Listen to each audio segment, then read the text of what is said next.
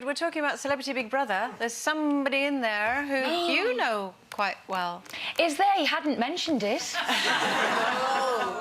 Oh, for God's sake. OK. Well, I'm not going to talk about him because he's talked about me enough for the pair of us. Every sort of questionable boyfriend or awkward date, whatever mistake you may have made, it's led to something and you've learned from it and I've learned from it. And if I'd had those memories erased and I couldn't remember going out with Stephen, I'd still be walking around going out with bears. Do you know what I mean? And nobody wants that. Yeah. Nobody wants that. Find another bear, wouldn't you? Find another but I don't think that's true always, because in my past I've had relationships that have, well, one relationship, not my husband, not my ex-husband, before my ex-husband, which was very violent and aggressive. And it ruined my perception of men. So I always think of men as well, like, for instance, if I was with a man and they lift a hand, I'll always duck. And I'll always have that in my head. Now, if that could have been taken away, then I would never look at a man in the same way. Maybe you're right in the sense you should remember, but if I could have had that taken away, I might have been more open, to a relationship. And not related them all. Yes, all and all the men I've had, it's been like there's been a reason that now I've been on my own since 2001, because I go, oh, not again, I can't do it again. And I think maybe there is something in that pill. I think I'll take it now. And then I can forget everything. I think that, I mean, I can understand this sort of the ideal behind it, but the practicalities behind it I don't really understand. The maker of memory hackers, apparently it's going to be called, basically what he said is it isn't to delete people's painful memories entirely. Like, do you remember the film Eternal Sunshine of the Spotless Mind, where basically you just erased everything that caused you pain? It's more like they're going to tweak things that you find upsetting.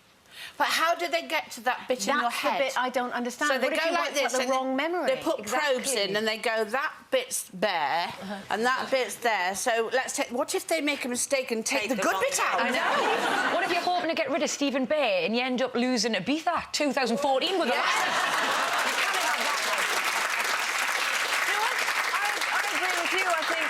And yes, we have all had events or even people in our lives that you wish you could just flick a little switch and just forget that the whole thing ever happened. Actually, do you know, it'd be nice if you could make all your friends and family forget that even happened. That would be really good. But I think that you need to learn from those mistakes, and it's not necessarily that you want to forget them, but you need to be able to talk it through and process it, and so that you learn from it in the future, so you don't make the same mistakes again. Exactly. But I think one of the ways to do that is not talking it through with your girlfriends over and over again with the same group of girls who are constantly just saying, yeah, you're great, it's all him, he's all awful. Is accepting that maybe sometimes some of the things that we've done aren't necessarily great, so we can learn from it, not just recognising the bad men or the bad women.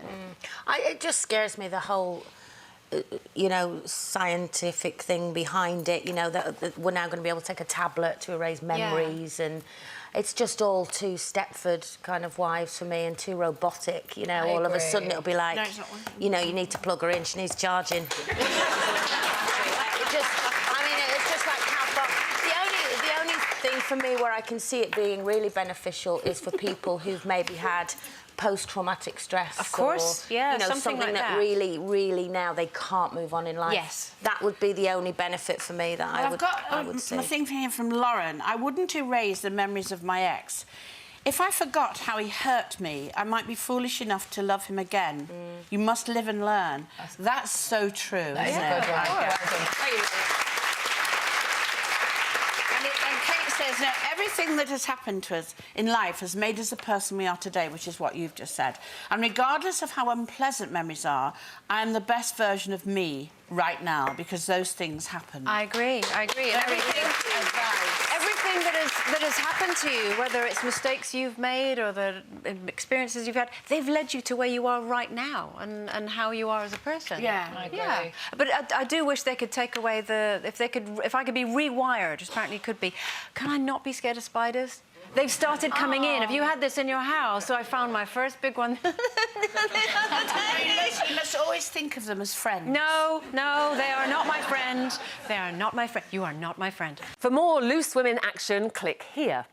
And I'd subscribe if I were you. It's totally free and it means you'll be kept up to date with new videos and exclusive YouTube content.